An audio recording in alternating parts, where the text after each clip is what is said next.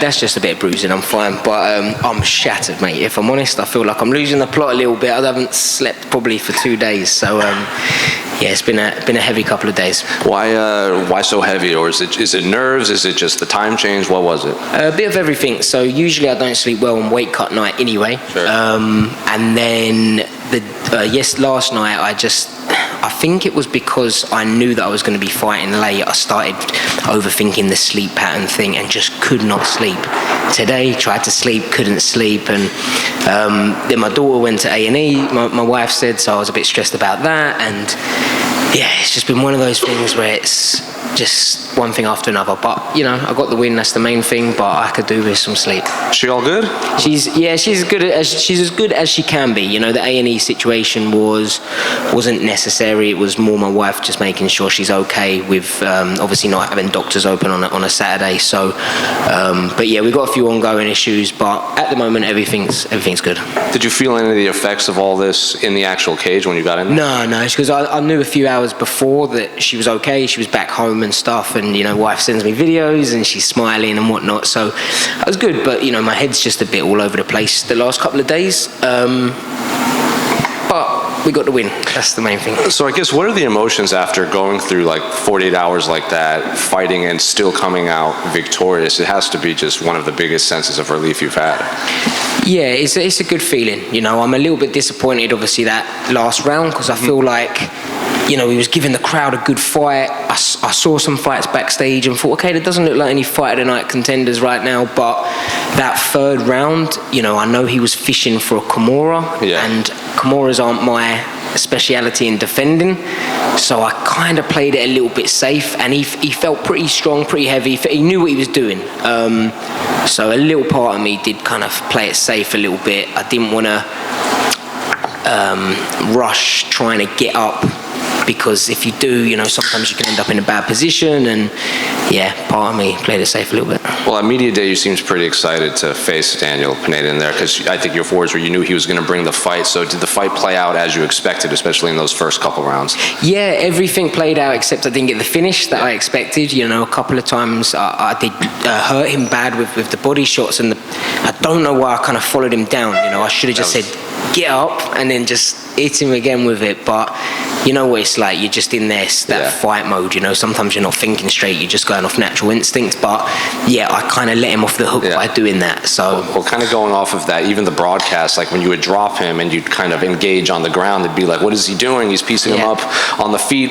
Did your coaches say anything about like that? No, you know, even the coaches after were like, don't do that, you know, let him back up. But as I say, you kind of, it's that natural instinct, you know, I'm going to finish the fight, oh crap, now I've just given him the rest that he needed, you know, and he was in the first round holding on, you know, there wasn't really much I could do, but we learn, you know, that's the main thing. So I guess moving forward, what do you want the rest of your year to look like? Do you want to get back there soon? You want to take some time off with the family? And do you have names in mind? So originally I wanted maybe Paris or Abu Dhabi card.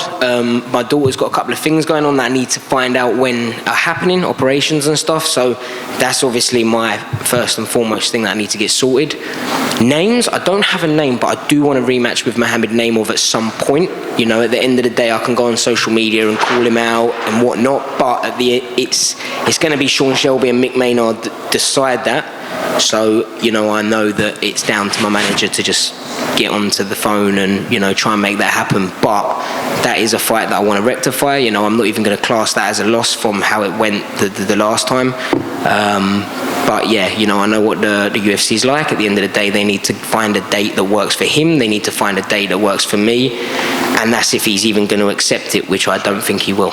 Is that a fight you would want to do again in Abu Dhabi based on considering that? No, you know, ideally not.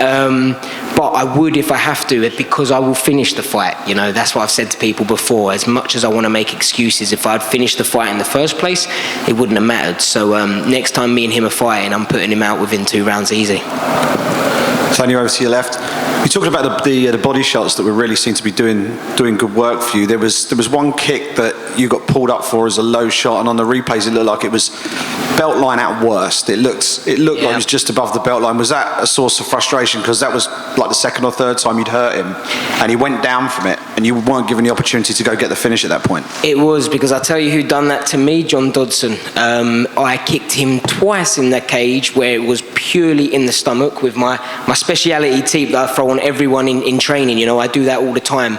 And he moaned about a groin shot twice, and he took a rest twice.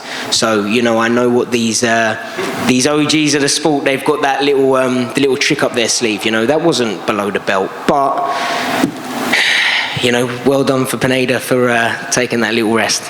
And obviously you mentioned the Naimov fight last time and how that all panned out. That was obviously away from home. Home game for you tonight. How much more at home did you feel back in there with a big crowd cheering you on? Oh, I love it. It's everything, you know, fighting in my hometown. It's special, you know, when you have the crowd behind you and you see the England flags and you see your mates in your Prospect Apparel t-shirts, you know, that's a special feeling. So yeah, when I can, I'll always be asking for the home crowd fights. Brilliant, thanks a lot. Can I ask one more?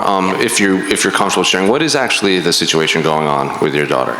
So at first she had a condition called CDH, which when she was in my wife's stomach, tummy, whatever it is, her liver, spleen, intestines were all up where her chest was, so her lungs didn't grow properly. So she was born, had to have an operation straight away. Then all got fixed. We're back home, go for regular checkups, and she's got quite a large hole in her heart. So now that's the issue we're dealing with. It's something that they didn't say the exact words, but they basically said it's quite an easy procedure when it comes to heart operations, but they said it's quite a big hole, so they will need heart surgery.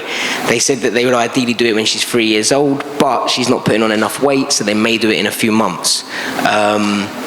And now she's got a chest infection, so that's why she went to A&E, because my wife was worried about that.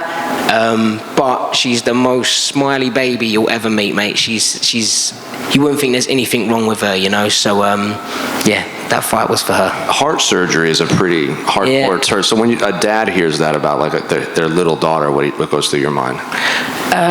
Mate, it makes you feel sick. You know, when she had her operation, within 2 days of being born, it was the worst day of my life. And then 4 hours later, the best day of my life, because, you know, she obviously got the okay.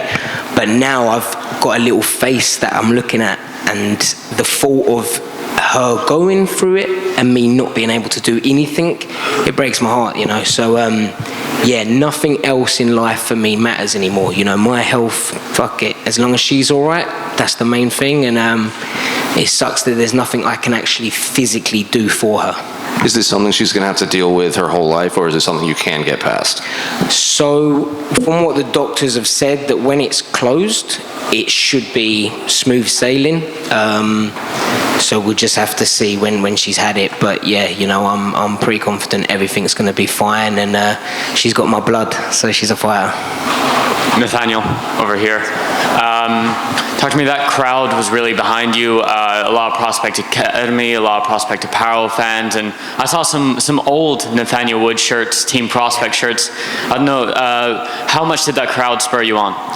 Mate, the crowd's everything. You know, just before we came out for that third round, when the doctor kind of came in, checked his eye, and then the crowd cheered when, you know, he gave it the all clear, that's everything, you know, that makes it all worth it. So, you know, obviously getting the win's always the main priority, but hearing that crowd, and I want to entertain people, that's the main thing. So when you hear the crowd cheering you on, you know, you'd like to think you're doing something right.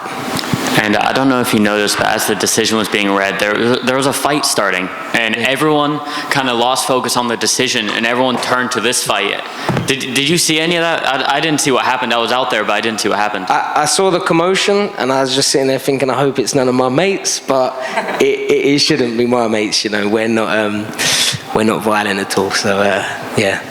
So what does the next couple of weeks look like for you? Are you going back home, spending time with your daughter, making sure she's good, and how soon would you like to get back in the gym at least? I think I'm going to have 48 hours of sleeping. That is the plan. You know, I'm going to just try and sleep as much as I can.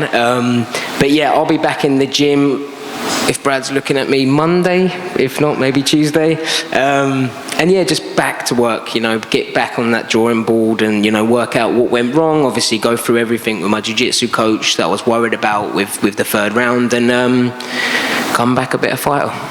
And it is 3:45 in the morning. Are you going to get some food before you go to sleep for 48 hours, or what are you looking at eating tonight? Truthfully, I just want to go to bed, man. I'm not even bothered about food. I'm past caring, so I'm just going to have a quick cold shower, go to sleep, and catch up on the fights that I'll miss tomorrow. And then a Costa coffee? Then a Costa coffee, yes. Well, congratulations, Nathaniel, and hopefully you'll be booked again soon, yeah? Thank you, mate. Appreciate it.